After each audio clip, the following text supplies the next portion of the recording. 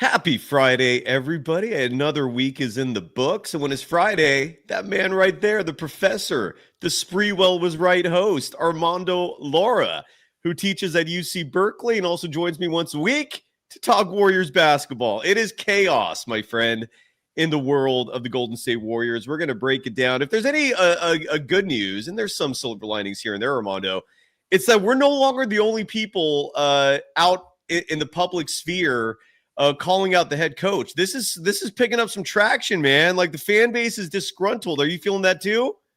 Oh yeah, we need to talk about that 95.7 the game critique of Steve Kerr. That was pretty notable. I'll have to say that's a big shift. Oh, I don't even know what you're talking about. I'm looking forward to hearing that and so much more. I know the other station, my former longtime employer KNBR, their Warriors guy is literally Kerr apology 101, man. I mean, this guy is going to go down apparently dying on the hill of Steve Kerr, the genius. It's insane. What I hear is insanity from some of these mainstream media legacy folks. I did not know 95.7 the game was starting to push back a little bit. That is very intriguing because they are the flagship station of the Golden State Warriors. You also have people last night in the postgame show following that shocking, stunning, chaotic finish where the Warriors had the game and they blew it following a massive comeback. And you had people on NBC Sports Bay Area, more specifically Bob Fitzgerald's buddy, also criticizing Kerr. I missed it because we were live during the same time, but apparently, it's people are turning. And again, you're routinely going to find this program first in line for trends, accurate analysis. We're proud of that. I will boast on that front. And we're going to talk about what's going on with the current Warriors who are 11-12. It's Friday. Congratulations, folks. You made it. The weekend is here. You can calm down about business. And look, if you're working this weekend, my heart's out to you. I slaved my ass through college, working in the service industry, gas stations, dishwashing lines. So if you're in that boat, I feel you too. But if you get to enjoy this weekend, more power to you. And we're going to talk about the Warriors, our great escape. This is the Golden Days and is powered by FanDuel. Let's go. Welcome to the program. You can follow Armando Lara, host of Spreewell Was Right.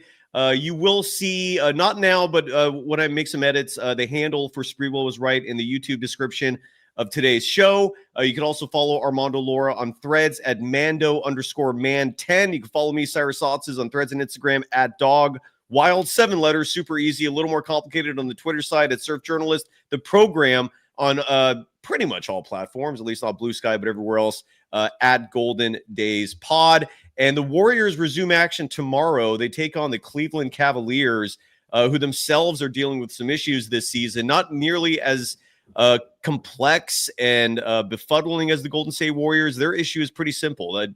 Darius Garland has just been missing a lot of time because of injury, and that's directly adversely affecting the team. And I was curious to know if there's a line for tomorrow's game. There is not for the Warriors and the Cavaliers, courtesy of FanDuel, the official sports book of Golden Days. And something tells me the reason why there is no line is because of the Warriors injury report, which I'm now going to go to see if there's some questionable statuses, if there's some uncertain statuses. So courtesy of the NBA, the actual association, they publish these injury reports. I'll read these to you right now in terms of what is updated as of 4:55 p.m. Pacific time on Friday, December 5th. And the Golden State Warriors, their injury report right now, if I can find it, I'm like scrolling on like page 8 here. Here we go. Jimmy Butler is listed as questionable with left knee injury management. I consider that a good sign. I don't know if do you know, Armando, has the MRA come out yet, the report on Jimmy Butler's knee? Because I know he did get an MRI on that. Do you have any update on that? I don't. I mean, I think it's more psychological with him and Draymond. You might be right. You might be right. Seth Curry is on the injury report with right toe soreness.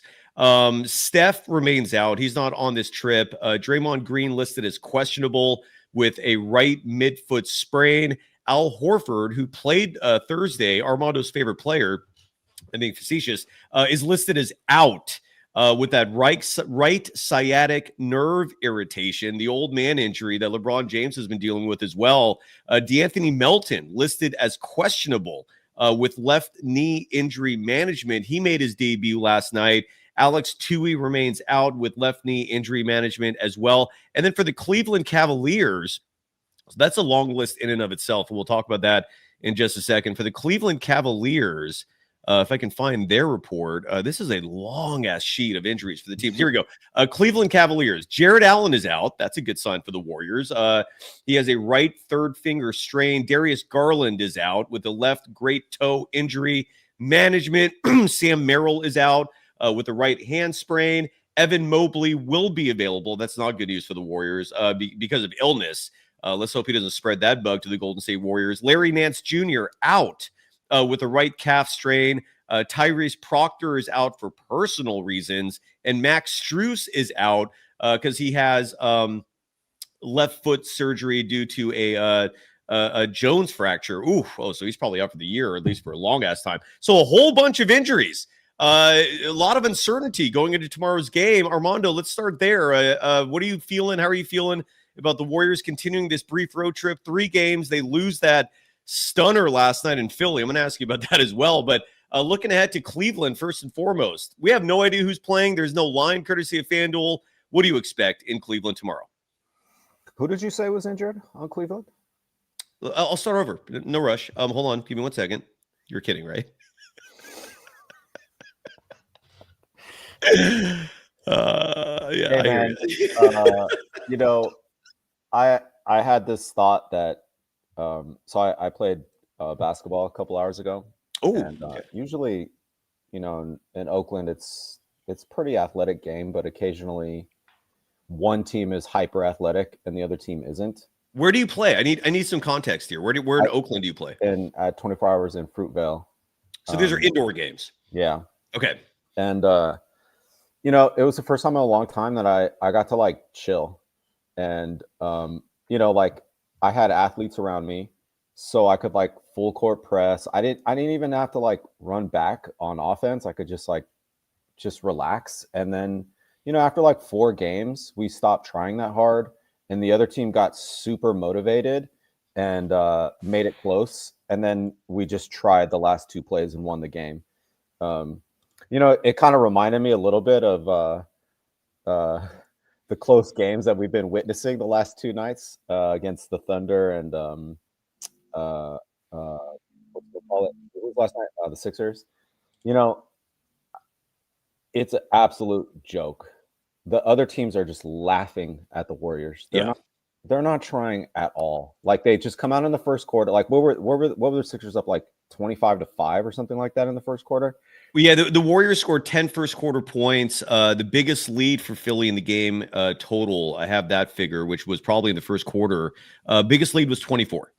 I mean, what a joke of an offense that we run. I mean, it's an absolute NBA travesty. And it's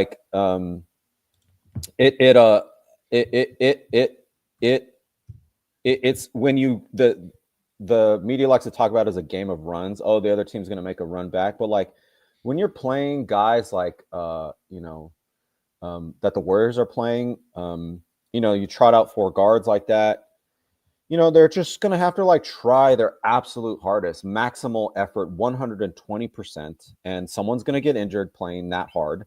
And that's what happened. And then the other team looks at that and they're just I'll kind of guard. I'm not going to take this 3-point shot that seriously. And then you just make a run and it gets close. And, so a lot of the discourse last night was the coaching decisions at the end of the game, because I suspect a lot of people don't really watch that closely the whole game or over the course of the season. They kind of just focus in on that fourth quarter, so that it's Coach Kerr made bad decisions in the end. It's just the coaching philosophy is leading to the injuries. I've been saying this for weeks. People they hate me when I say it. Small ball equals moron ball equals injury ball. We're starting to get to just straight up dipshit ball. It's really bad. I mean, it's almost the coach is trolling us. It's not 3 guards anymore. It's 4 guards. And it's quit and post Kuminga at center. it's really, really bad. I cannot believe that the front office isn't looking at this like a coach is purposely trying to get fired. Like, that's how bad it is. It's really, really bad. And we know that's not really what's happening, but the fact that that impression is being conveyed by Kerr's actions, it's sad. Yeah, it's really sad. Like, so, I mean, in the fourth quarter, they made that 20-point run. Who was in the game?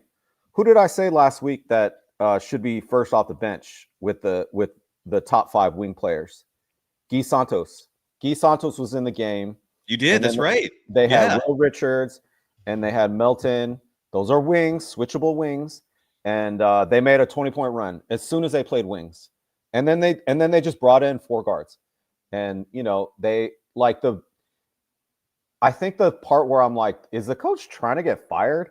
Is when he played 4 guards out of a timeout as a defensive stopping lineup in the last minute of the game. And that's where we gave up that Pat Spencer gave up that rebound. We had 4 guards in the game.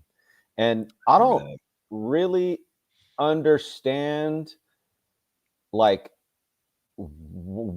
that doesn't make any sense from any basketball perspective. Even if you believe in some stupid idea of flow, like you need flow to win, like defensively in the 2 possessions, you put in 4 guards that are just awful defenders. And Armando, adding to that, a huge thing I was bringing up last night, and it was shocking, is why even make that substitution? I think it was at the 112 mark. Your team is rolling.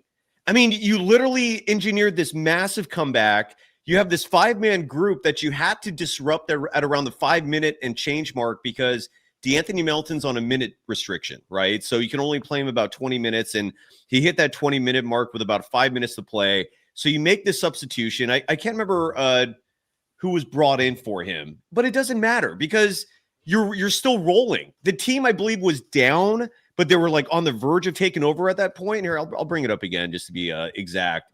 But my point is, you make a sub for Melton, and you take a lead, and you're on the verge of closing this game out. You have all the momentum. At the 112 mark, Kerr just inexplicably takes Will Richard out for DeAnthony Melton. And look, they're both guards, but Will Richard's a bigger guard. So going back to the point you're making about size and the physical pressure of being small that's being placed on you, Will Richard's a bigger dude, and he's getting like surprisingly solid rebounding numbers in all the limited runs that he's getting. Why make that change? Like Kerr 2 games ago makes the switch at about the 3:56 mark where he takes out Pat Spencer for Brandon Pajemski. And that is what drew the ire of so many, right? That is what I think really catapulted Kerr into this potential hot seat, which I really hope is true. But then he does it again.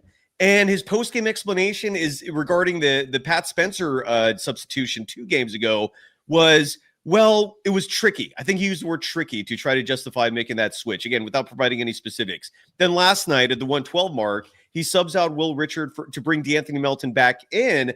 Why? Like, and the cynical part of my brain is thinking this, Armando, and I don't know if from your perspective, if you think this is in fact cynical, or if you think there's some truth to this. Do you think Steve Kerr and his ego cannot handle players just winning games on their own?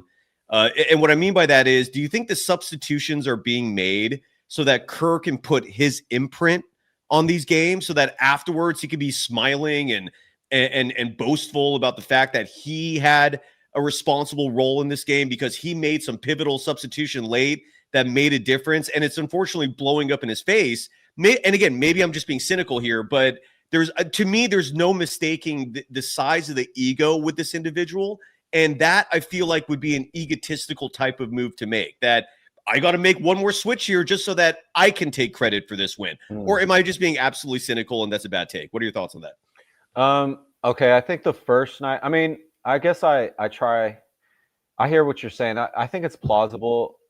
I think he has a rationality with pods. Like, I don't think he's crazy. Like, he thinks that Steph Curry is at his best with pods as a connector, increasing the flow, which gets, finds Steph. And FYI, the Warriors' greatness in all those years was never get Steph the ball at all costs. It was whoever has the best shot, shoot the damn thing. Yeah, and then move the you ball, play move the hard ball, on move the defense. ball. Yeah.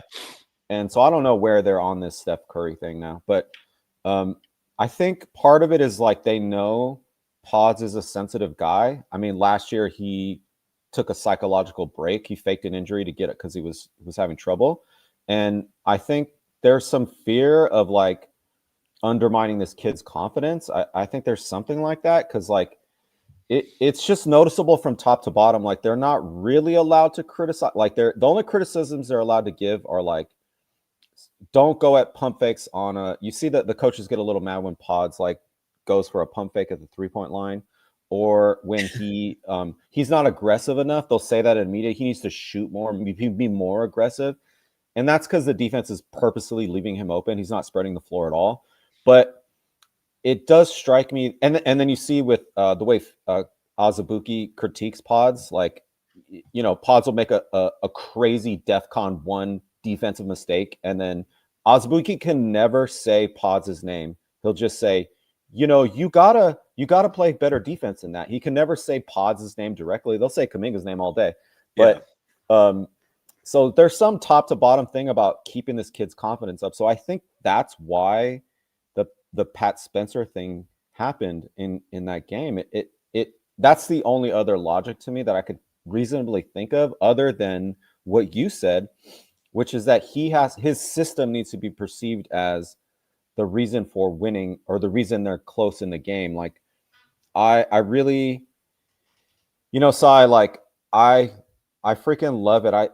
To me, it's like you made your bed and now you need to sleep in it. So play 4 guards. You know, I don't want you to play an actual, like, if you actually played, as I've been saying since for the last 6 months, it's all recorded here on YouTube. If you played Guy Santos, Kuminga, and Moses Moody, Melton, and now Will Richards, if you played them in the mix and you know, instead of all those guards, like, you know, the games would be close. They'd be a lot easier.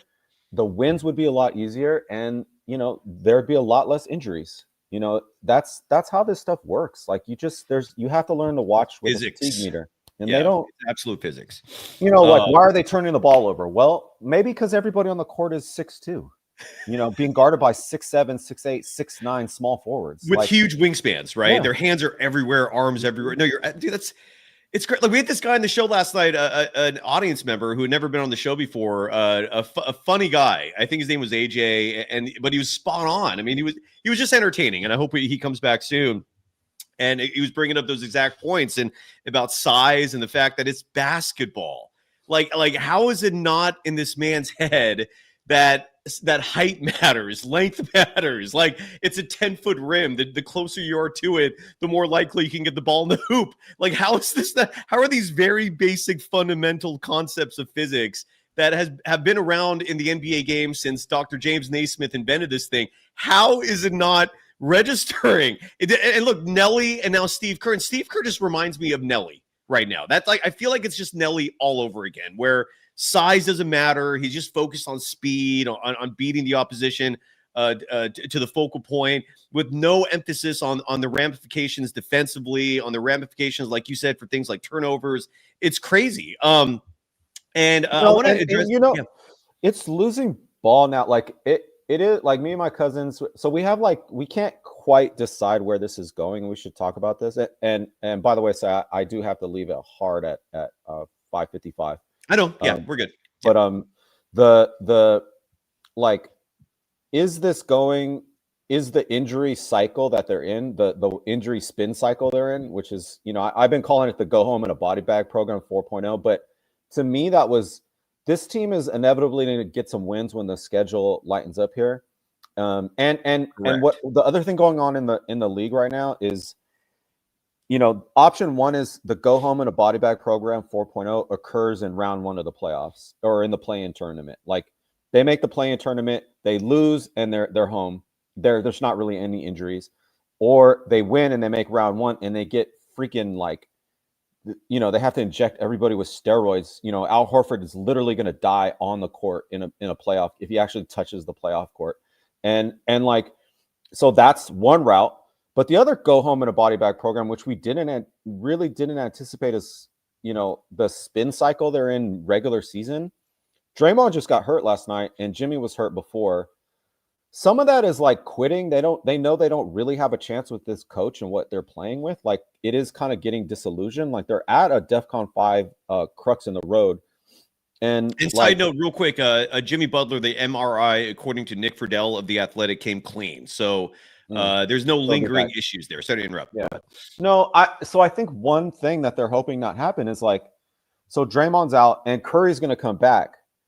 Well, if Curry's out there without those two guys or just one of them without Draymond, then he's going to get hurt having to play so hard. And then Draymond will have to come back, so it's kind of like the whack-a-mole issue. And, the coach is not empowering Moody and Kuminga to be a part of the mix. Like, I think, sorry, so I'm going on a bit of a rant here. I was going to make a. It's all right. People love your rants. Keep going. All right. Yeah. So fundamentally, what happened this season, which was totally predictable, it's on in July. Coach Kerr got embarrassed in playoffs last year, and through negotiations, he had to somewhat lukewarm promise to try Jonathan Kuminga playing alongside Curry, Butler, and Draymond. And that's what they did the first, 10 games of the season? They did that, and he half tried it because it worked. They won all those games, and Kuminga was great. Remember that? Remember when he said Kuminga is like turn the corner? Yes. And all that stuff? And then what happened? But on the bench units, he was still playing 3 and 4 guards, so the games were close, and that's his fault. That is his fault, not the starters, not Kuminga. That is Steve Kerr's fault. So they had to play really hard, and then they got injured because they had to play really hard. And I said, Jonathan Kuminga is having to play so hard, he's going to have a fatigue injury. That's exactly what happened. And he came back, or he got injured, and now he's no longer allowed. Now it's back to Kerr. Kerr's, in his mind, he tried it, and in his mind, it didn't work for some reason. And now they're right back to where they were last year, which is Jonathan Kuminga playing 12 to 15 minutes a game. That is the deja vu. That's why I call it the go home in a body bag program 4.0, because this is the exact thing that happened last year. They started Kuminga with Wiggins last year. That's what happened. We're in the same thing. The injury excuse, they're lining it up. It's an injury excuse season. And last week, there were some people in the chat, and then I got some kind of ridiculous email about like feeling bad that I'm rooting for the coach to get exposed. Like, man, are you a Warriors fan or are you a Steve Kerr fan? That's what I want to know, because I want these MFers to get a draft pick. Do you know how good the draft is? Like, we're literally about to be the worst team in the league. And what I mean by that is we're going to be the worst team that's actually trying to win. We're going to make the 7th A seed. And that's like the worst position to be in the league. And that's right? that's all Kerr's vision is. It's just figuring out a way to get to the postseason. That I feel like that's the narrow focus. It's not, maintain, there's no big picture with him. It's just literally one game at a time. Yeah. This is how I feel. Like I said last night, Armando, like the word fit, I don't want to hear that ever again from that man, because it's such a weak excuse for these lineups. It's beyond frustrating. I'll tell you what don't fit. I mean, so the Thunder are not even that good. That's what's so ridiculous about this thing. Do people forget they literally were Aaron Gordon injury away from not making the next round? They're literally going to get beat by the stupid Pacers if Urkel didn't get hurt. And but the reason they made it is because they were the 1 seed. That's what happened. It was a fatigue thing, and to get out of the Western Conference, you need to be a 1, 2, or 3 seed to make it out.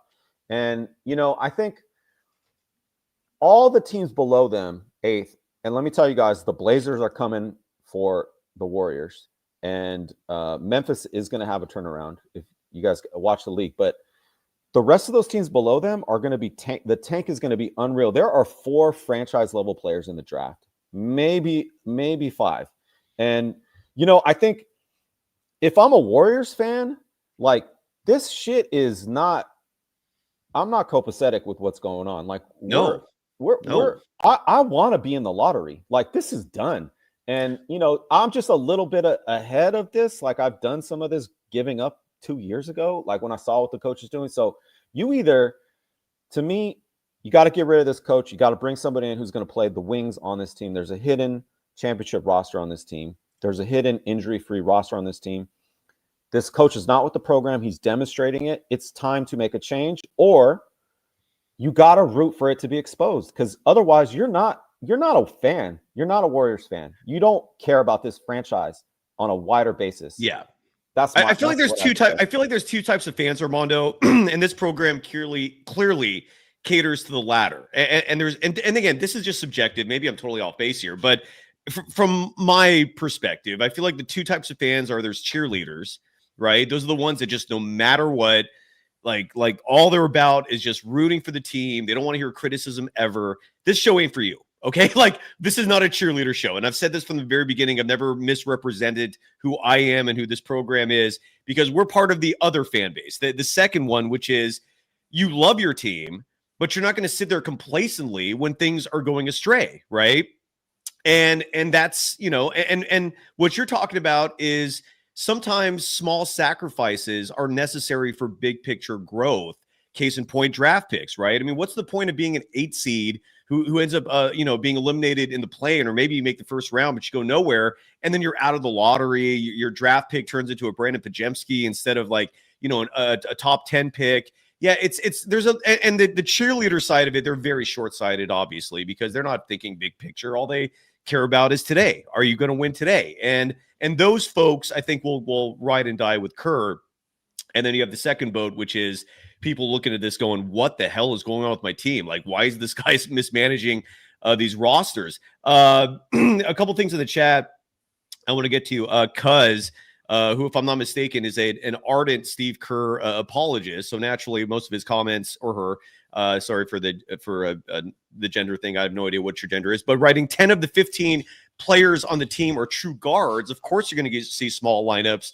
The issue is with roster construction, and a very strong pushback to that is two fronts. One is the roster construction is based on who Steve Kerr is going to play.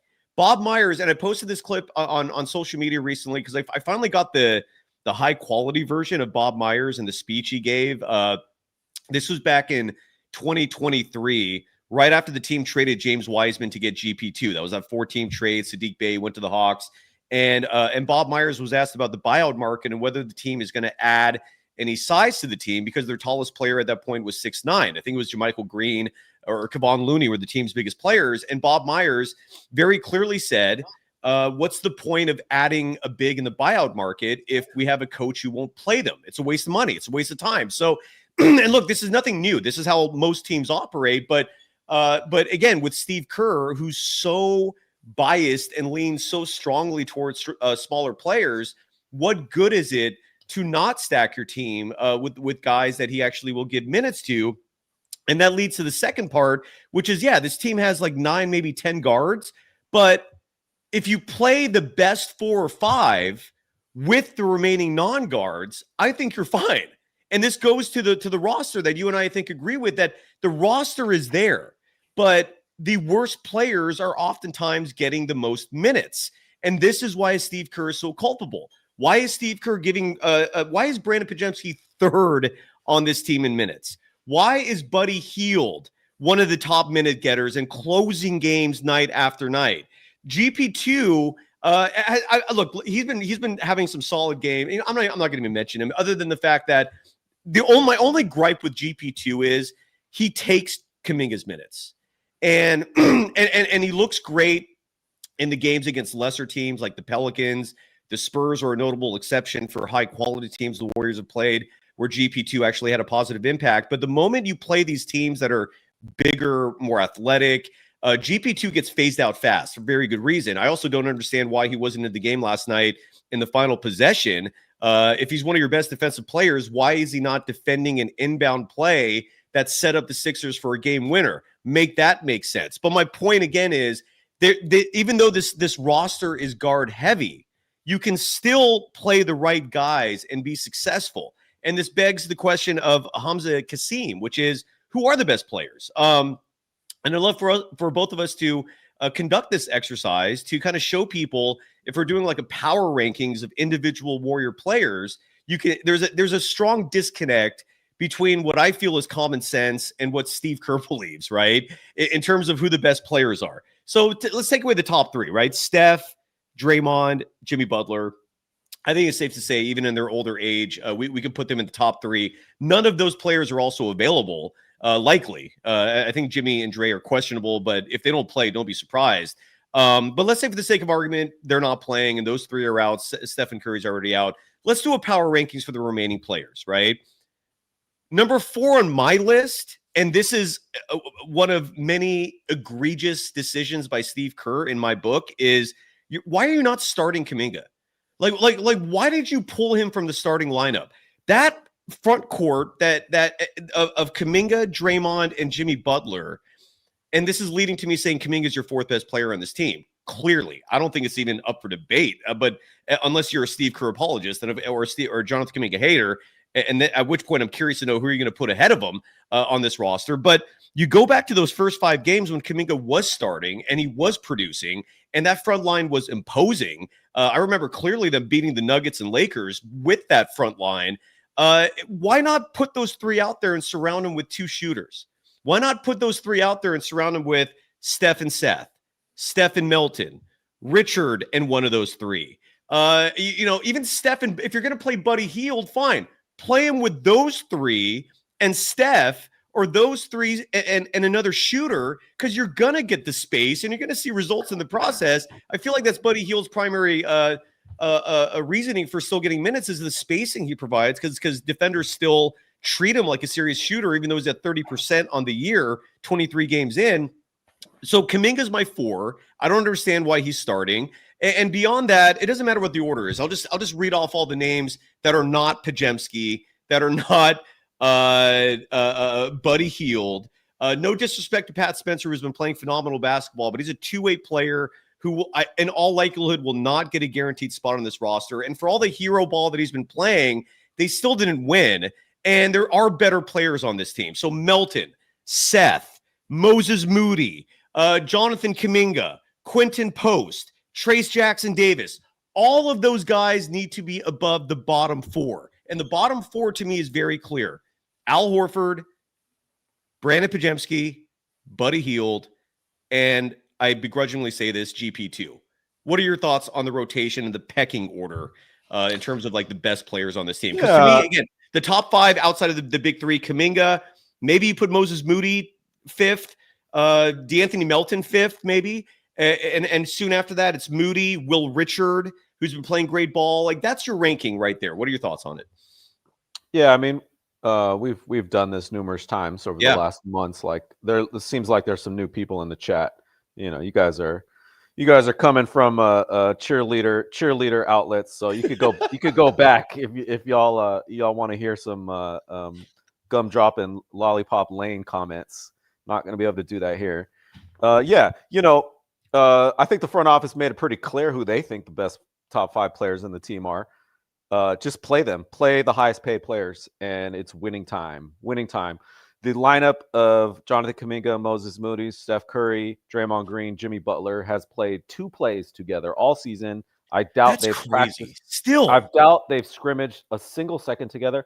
Have we even seen JK with Moses Moody on the floor together? I'm not even sure. I definitely haven't seen them with Steph other than those 2 plays. Like, that's like the kind of stuff.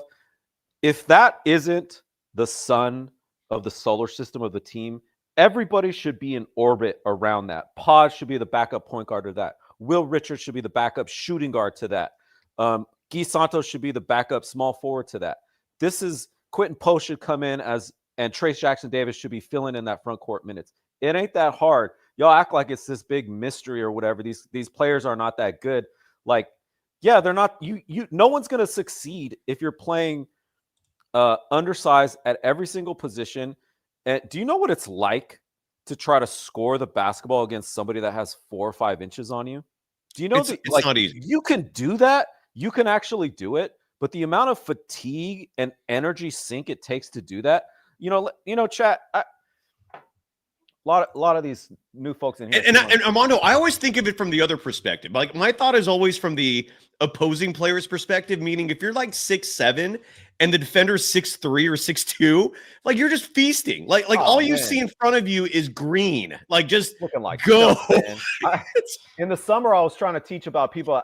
Like the comfort level is so high. Like yes, every night, stupid ass Fitz is like, if only the other team just wouldn't shoot so well against us, we would. When are they going to come back down to earth? It's like we're on year 4 of that. I wonder why the other teams shoot so freaking well against us. I think we were watching Miami Heat, and I've been talking about them a little bit. They adopted the Memphis Grizzlies offense, but they are an allegory for what basketball should be like in 2025. Do yourself a favor and watch the Miami Heat offense right now. Andrew Wiggins is unleashed. He is so much better right now than he ever was playing against in our stupid, lame, most predictable offense in the league. It's not even the motion offense. It's just the predictable offense. And like what they do, Cy, it's not the fatigue cost is low. It's literally like chuck it. Just chuck it. Like the best shot you have is a shot that is one-on-one guarded with low fatigue cost so that you can actually play hard on defense. So they'll do things like if you have the ball in the corner in the Miami Heat offense and you're guarded and you're at the corner, you're allowed to shoot it contested. Bam will just throw it up because they know that that's a high percentage shot from the corner, even guarded. And it's much better than running like this ridiculous convoluted thing that everyone just top locks and switches now because other teams play switching wings and it just burns you out. You get so tired and fatigued. Like they're so tired. And the fact that everyone is empowered there to shoot, like if Kuminga was in there and the coach was telling them, yeah, like, please, we need you to shoot so much. Just shoot the ball. Like your ass is going to play on defense. And if you don't know that, then you've never played ball. Like just being told like, you need to go find, like connect, pass. Okay. Chuck 3 at the end of the shot clock. That's our offense. And sometimes Moses Moody and Will Richards are the only guys out there that can actually get it off. And, Steph's being covered. Steph's like lucky to get an open look. And, it's like there's a reason why defenses overplay those two guys. And it's just wide open Draymond Green and wide open Jimmy Butler 3-pointers. And, there's a reason why they're hitting them in the first quarter and they don't later on. It's because there's a fatigue element to it. As you play the game and get tired, you're not going to hit those things because you're not a 3-point shooter. They were talking about Buddy Hield literally admits this stuff to you guys. He said 2 nights ago, I'm not shooting that well because I'm having to play so hard on defense guarding the ball. He literally said that to the media, that he's had to play defense for the first time in his life, and he's hustling. That's what I give him credit over Podemensky, because he's actually out there hustling. But the fatigue he's not good enough to do both. You have to learn how to watch this game with a fatigue meter in the back of your head on every single play. It's not whether the ball goes in, it's how tired the players are in executing that play. And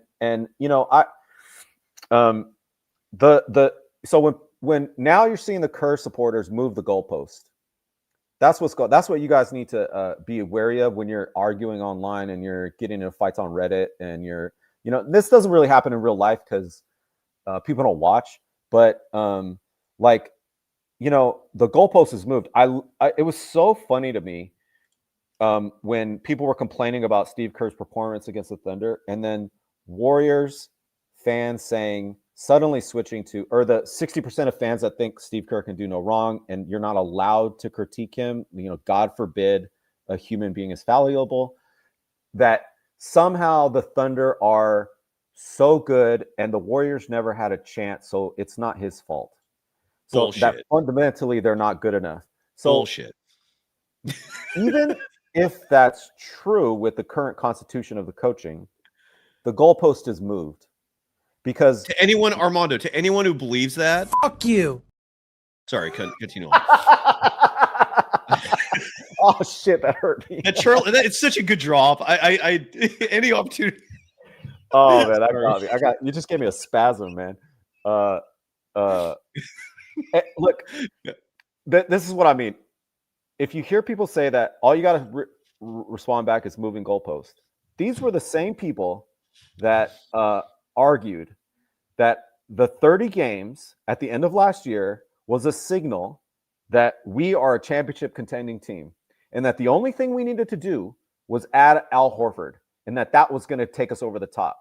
So now suddenly it's like, actually they're not that good. Like, this was obvious when they were winning all those games, that 30 games, because the teams they were playing against were just tanking, awful teams. And the other thing, there's been a lot of, and just to add to that real fast, by the way, and this is going back to last season and the 23-7 finish, the fact that we all saw what could have been, right? Like, why continue this Kuminga charade, right? Like this is the front office is like the culpability. Like, they need to take some of the blame here for the simple reason that you got to hold your coach accountable.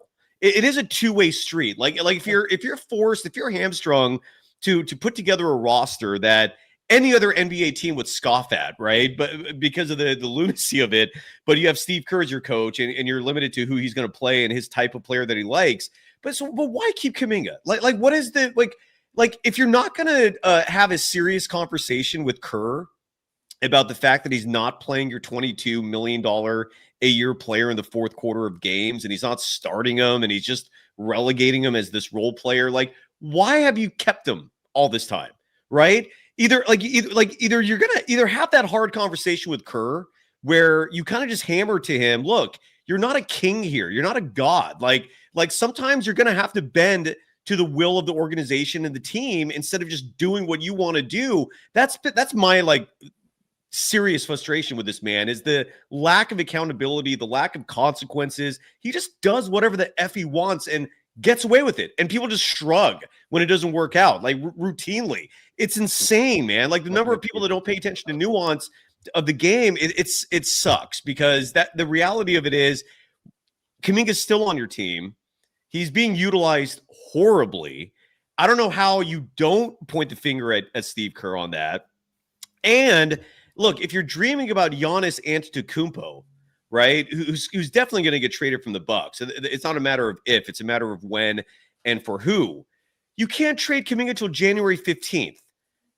Giannis is going to be most likely gone by then. So if that was your dream, good luck with that. Never mind the fact that I'm very confident Milwaukee is going to get far better offers for Giannis than what the Warriors can offer them. I mean, I'm looking at the Spurs especially. Like, the Spurs have a treasure trove of young pieces, draft picks. Like, they can easily outbid the Golden State Warriors. Utah's not going to make a play, but there's a lot of teams out there that have so much draft capital and assets that are young and enticing. I don't know how the Warriors can out. I'm seeing these stories from various aggregators pretending the Warriors have a real shot here. I don't see it. And if it's not going to be Giannis, last night's show we brought up Jaren Jackson as a potential piece, largely because you have to focus on players who bring quality, bring upside, and who other teams want to move on from, right? And Jaren Jackson might be one of those, and that seemed to get some positive approval. But what are you doing here? Like, why do you still have Kuminga? Why did you bother keeping him if you have a coach who does not see value in him? This shit is just maddening. It's absolutely maddening, Armando. What's your take on it? I think they made their bed and they need to sleep in it, and they need to get comfy. So if they're not willing to hold, if they're not willing to say anything negative or about the bad boss that's running the things on the court, then they need to really just lean into it. If that's what you guys think is really good, his system is really good, his supporters in here. And I would say that's like 60 to 70% of fans. Then you should trade Jonathan Kuminga for a Steve Kerr role player. I think you should do that. And a lot of you guys talk about, some of those Pelicans players. Yeah, okay, make that trade. Let's see how good. let's see how good they are when that happens. Let's see. And the New Orleans piece of it, because I see people proposing trades with Trey Murphy coming back, maybe Herb Jones. Do you not think every other team out there is also looking at the Pelicans? I mean, are we also factoring in whether or not those players are available? I mean, if there's any player that New Orleans wants off their roster, it is not Trey Jones. It's not Trey Murphy or Herb Jones. Sorry. It's Zion. Yeah, I mean Zion's and they give him away at this point. The Warriors, by the way, are not. It would shock me if the Warriors would express interest in an injury-prone guy like Zion, who is built like a Bo Jackson, but the body also breaks down routinely, like Bo's did. Yeah, I mean, your point about the demand side for those players, those role players, it's not just JK. We're gonna have to include a first-round pick, and let me tell you guys. The Golden State Warriors first-round picks are effing gold. Yeah. Gold. Absolutely. Oh my God. This is the most prized asset in the league right now because this team is going to straight to effing hell. And I'm telling you guys, as a Warriors fan, we need to execute our pick this summer. And I think if the front office has any like understanding of winning basketball, which I'm questioning if they do because they signed Al Horford after what Al Horford did in last year's playoffs. Then I would say they are not going to get rid of that pick because there's a fat chance that we're going to be in the lottery. And you know, why not try to do what the Mavs did? You know, we could totally move up in the lottery. Why not? You know, you guys, I've been around long enough. I've seen a lot of contending teams fall apart, and this is like, you know, red flag city to me right now. Yep. Major red flags. Hold on to your asses. The red flags have been flying with the wind, blowing for years. it's yeah, the red flag is night and day clear. Someone in the chat, by the way, Riz is asking, do I like Bam Adebayo? Yeah, but would Miami give him up? I don't know if they would. And again, is Bam Adebayo the answer? Like would Steve Kerr play him? Like that's always the first thing that comes to my mind with any of these propositions. But like Bam Adebayo, case in point, like would Kerr play him? Like I feel like Kerr is pulling his own hair out when he gives Trayce Jackson-Davis minutes. Yeah, like and Bam Adebayo is, you know, a glorified Trayce Jackson-Davis, Trayce Jackson-Davis who can actually finish. And I know I see him chucking up 3-pointers sometimes, but I don't know. I don't know.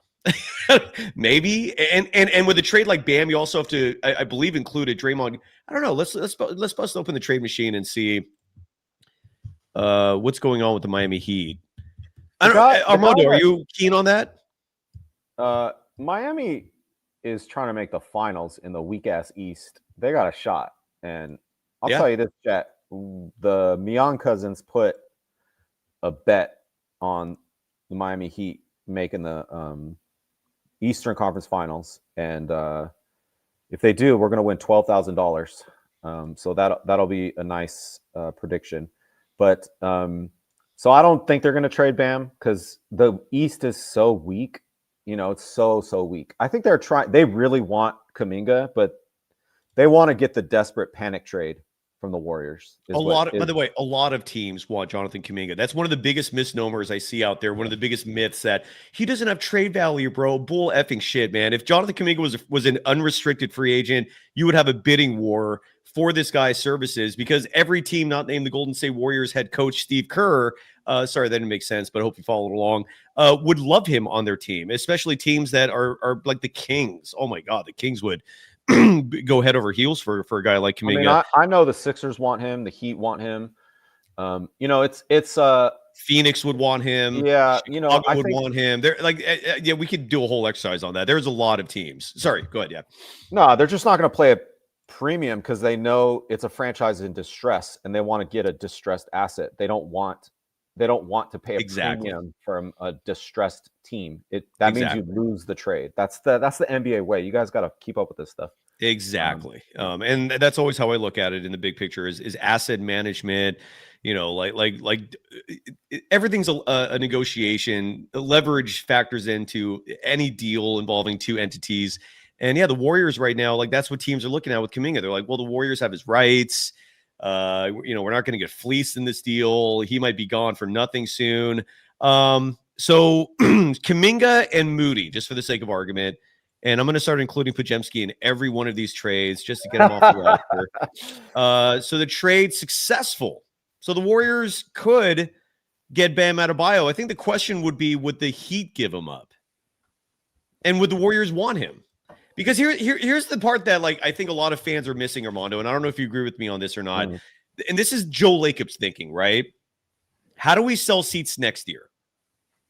How do we keep things interesting 2 years from now? Yeah. The Warriors front office has all these different scenarios and probabilities mapped out for the future, right? They're not thinking just now like a lot of fans are. Apologies. And so with a player like Bam Adebayo, like how old is he even? I don't even know. Let me look up Bam Adebayo's age because now I'm very curious because that factors into this too. Like, is he a young asset?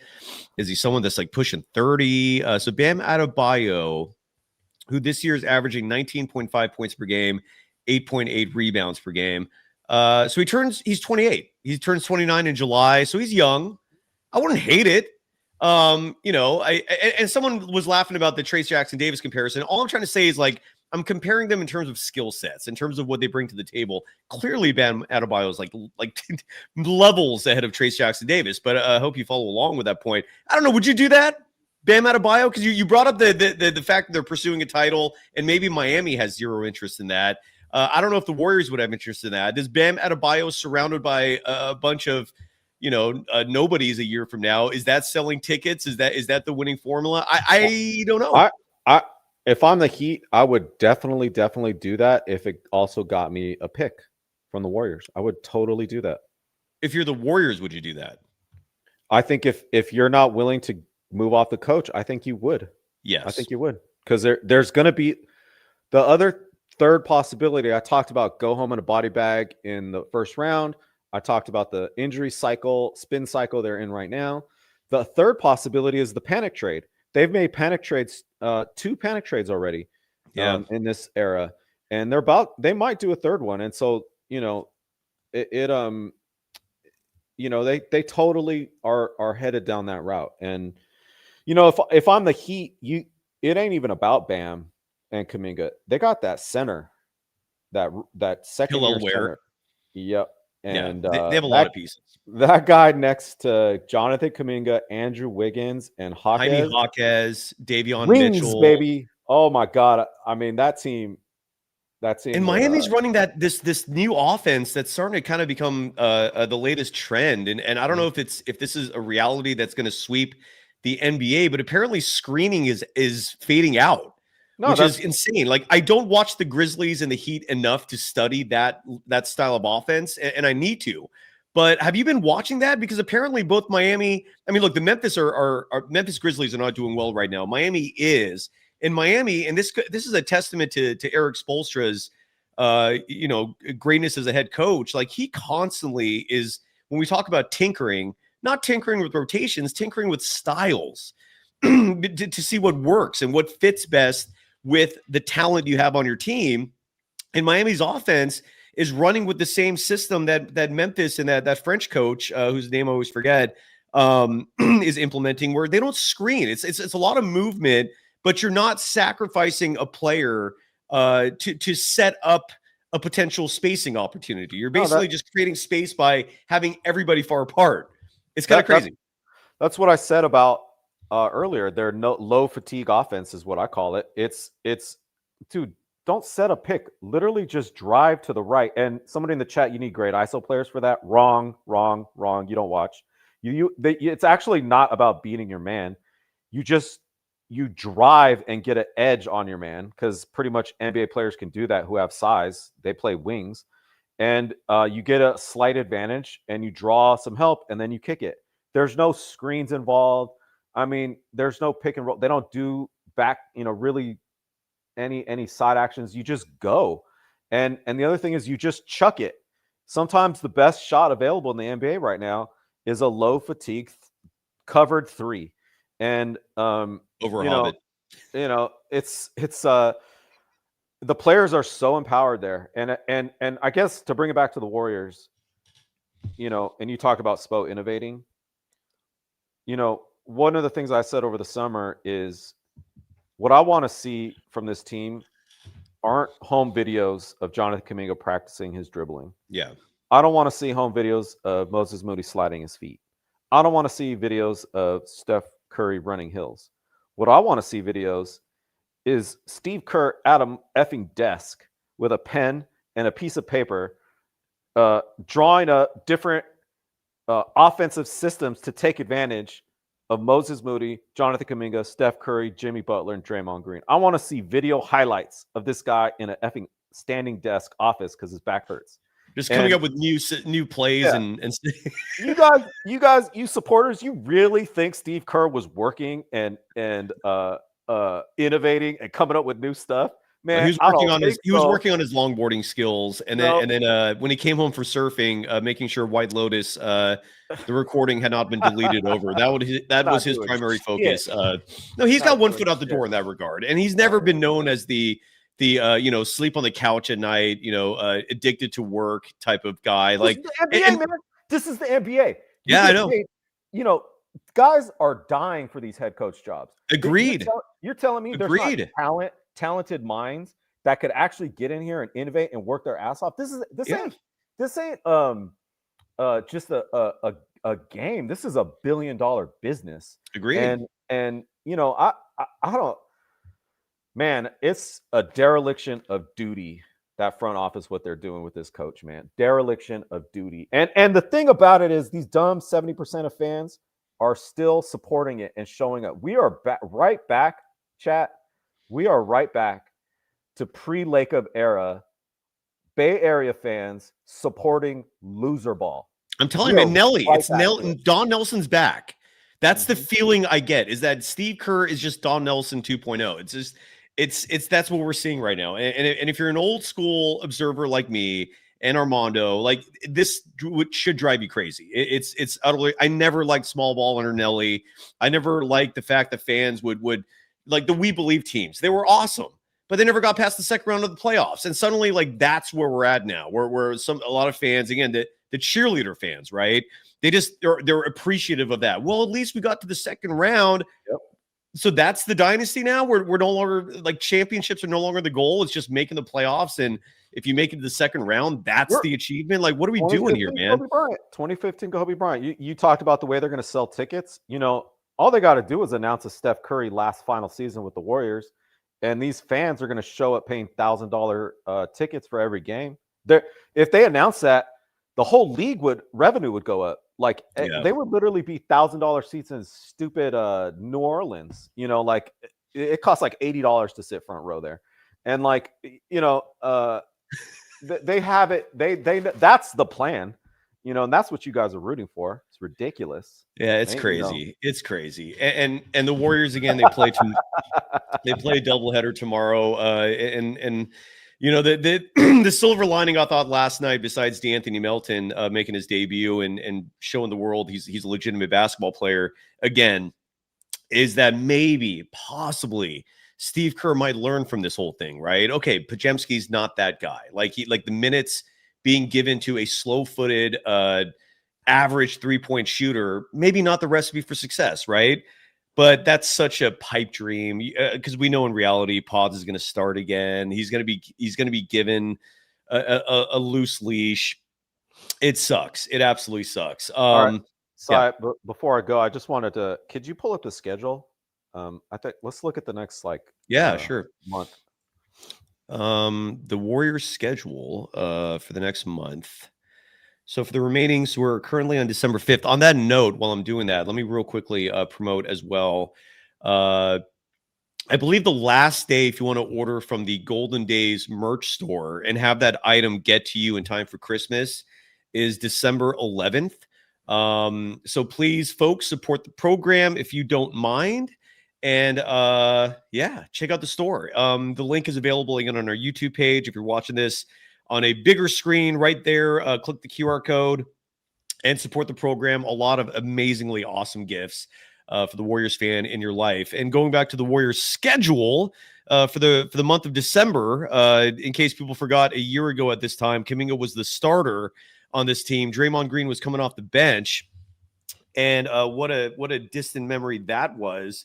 All right, so here's the schedule coming up. Let me get the screen catered for that. Give me 1 second. I apologize. Chat, if you guys, you really should go look at the you guys should really look at the show me and Cy did in, I think it was October, where we went through the whole thing. We went through the 82 games to look at, and Cy found that on paper we are better. If they played the right way, we would be getting 52 wins. And then I looked at it the way that the coach is going to play it, and I said they're going to be below 500 going into Christmas. And so you want to do that exercise again? Let's do it through December 31st. This month, and then January. Let's take a look. All right. Yeah. So the upcoming this is 9 games in front of us right now. The upcoming 9 games. Sorry, I'm like allergies are bugging me. It's choking me up. Which is weird for winter, right? But I live in the woods.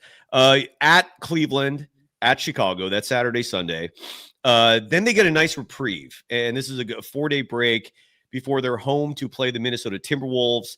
Then they're on the road again at Portland, at Phoenix, and then they host Phoenix again, host Orlando, host Dallas on Christmas Day. I can't do this exercise anymore. Like someone in the chat, by the way, was asking, like, can we do lineups? More specifically referring to a net rating. Like a Magash in the chat's asking, like, can we get a plus minus segment? I actually was planning on that for the show tonight, but the roster's been so scattered with injuries and different lineups and tinkering. You brought up the fact that Kuminga and Moody for the entire season, 23 games in, have only been on the court for 2 possessions together. And so I try to look about the net rating stats. Steph's been out for a while. There were only 2 lineup combinations, I think, the last 5 games that have played 10 minutes or more together. So it's just a futile experiment. And I feel like it's also the same way with the schedule, because I don't know who's going to play.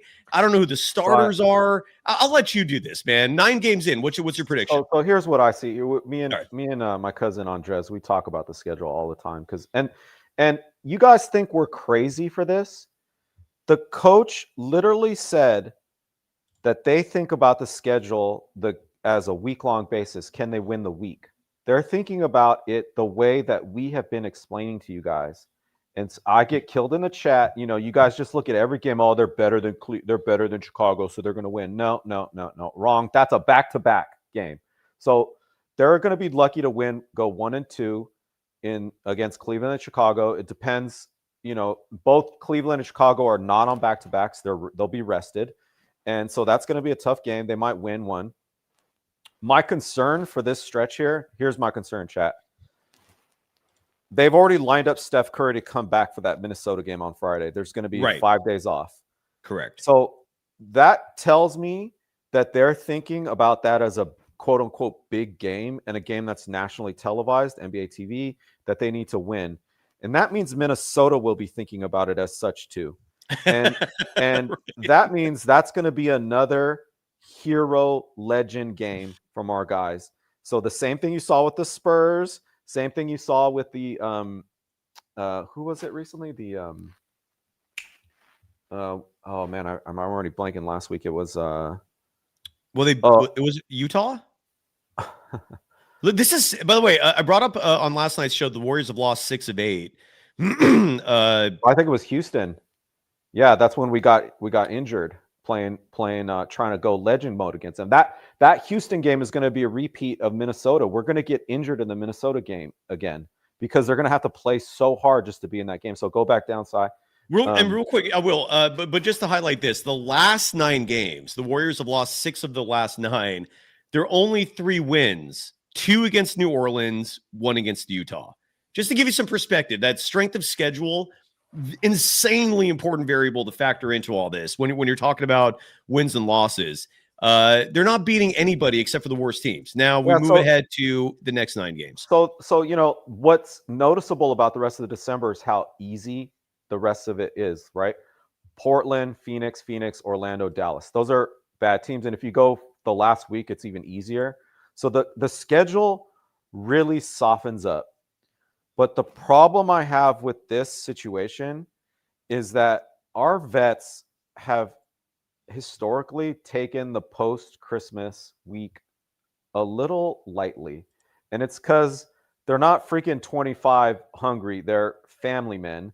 And if you look, I'm serious about this. I know you guys think I'm crazy, but and you're getting some pushback, by the way, on Orlando being called the bad team. And I agree. I don't think they're a bad team at all. They rocked the Warriors the last time they played because they're a long athletic team with a lot of talent. Would you agree or no? No, I do agree, chat. And thank you for calling that out. On paper, the Warriors see themselves as better than these teams, that they're winnable. Yes. They should win. But I agree with you. These are going to be hard games. And in fact, I frankly think Portland is just as good, or if not better, than the Warriors. Well, so then the Warriors are 0-2 against Portland this year for good reason. It's those Phoenix games, by the way. I mean, look, I know the Warriors beat them earlier, but those were games that Dylan Brooks did not play in. I don't and Phoenix is playing good ball. I don't think even those are easy, man. What happens if we're injured coming out of Minnesota, Portland? Oh, you know, that's what I'm saying is like the quote unquote easy games, chat. They're not that easy. You guys are pointing that out because you're smart, and I agree with you. So when they talk about the stupid Kawakamis, when they talk about like it's gonna soften up. No, it's not. I don't think so. Oh, sorry. When you so casually dropped that, that was awesome. You got to go, right? You got to go. We're running late. I'll see you guys next week, chat. What are we going to be? 500? But the Warriors are currently a game below 500. Armando Lara, always a pleasure, brother. Thank you, and thanks to everybody for joining us. We'll be back tomorrow night. It's post game Warriors and Cavs. Happy Friday. If there's any good news, it's Friday. And oh man, Armando came in hot tonight. Good stuff. We'll be back soon tomorrow night, more specifically. Have a great Friday evening. Bye-bye.